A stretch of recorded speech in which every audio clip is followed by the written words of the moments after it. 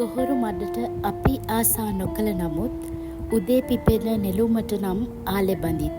ඇතුළට ඇවිත් එළියට යන රැඳවියනුත් මඩෙන් උපන් නෙළුමක් විය යුතුය ඔබත්.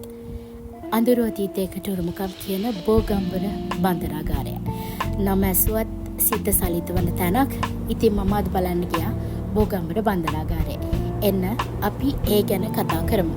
1876 වර්ෂයේ බ්‍රිතාන්‍ය ජාතිකයන් විසින් තමයි ඓතිහාසික වටිනාකමකින් යුතු බෝගම්බර බන්ධනාගාරය නිර්මාණය කරලා තියෙන්නේ. අධිරාජ්‍යවාදීන්ට එරෙහිව සටන් කර දේශප්‍රේමී ප්‍රභූන් ඒ වගේම රදළවලුන් රඳවා තබන්න තමයි මේ ස්ථානය ඉදි කරලා තියෙන්නේ. පසු කාලයකදී දරුණු ගණයේ අපරාධකරුවෝ ඒ වගේම මිනීමැරුම්කරුවෝ රඳවා තබන ස්ථානයක් විදිහට පරිවර්තනය වුණා. එංගලන්තයේ වික්ටෝරියා මහරජුණගේ ඔටුන්නේ ආකෘතියට තමයි මේ බෝගම්බර බන්ධනාගාරය ගොඩනගලා තියෙන්නේ. සිරමැදිරි 328කින් සමන්විත වෙනවා.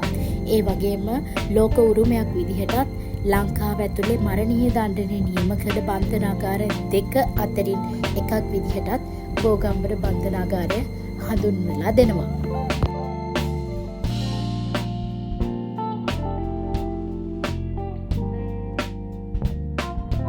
දැන් ඔයාලා දකින්නේ එල්ලුම් ගහ රඳවලා තිබුණු තැන.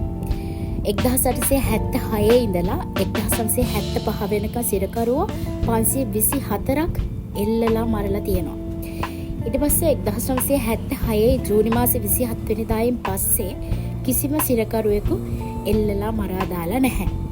ඒ වගේම අවුරුදු 138ක් ක්‍රියාත්මක වුණු මේ බන්ධනාගාරය 2014 දී වහලා දාලා තියෙනවා.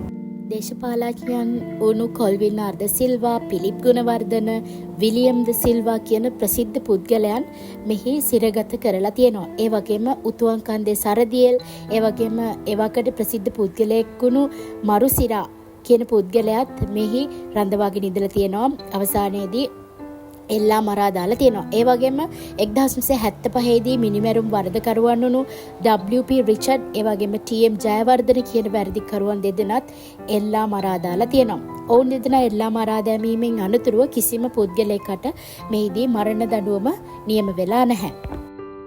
බන්ධනාගාරයේ වශයෙන් ක්‍රියාත්මක වුණු කාලයේදී විසිතුරු භාණ්ඩ නිෂ්පාදනය, බ්ලොග් ගල් නිෂ්පාදනය මෙහි සිද්ධ කරලා තියෙනවා. ඒ වගේම මල් වගාවන් සිදු කරලා තියෙනවා.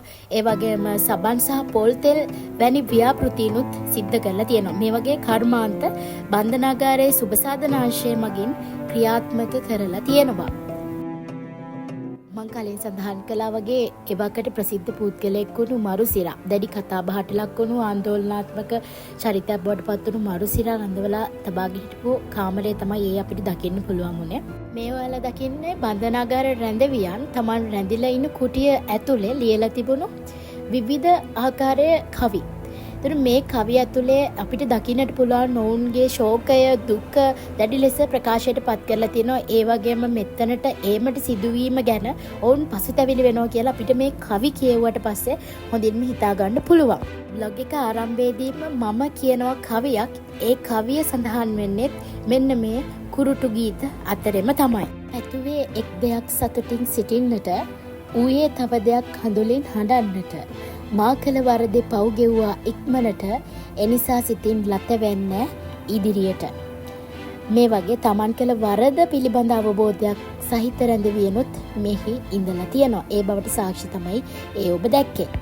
අපි මෙහෙම කතා කරන බන්ධනාගාරය ඇතුලේ රැඳවියන් කොපමණ ප්‍රමාණයක් කළ වරදට හෝ නොවරදට දඬුවම් විඳින්නට ඇතිද?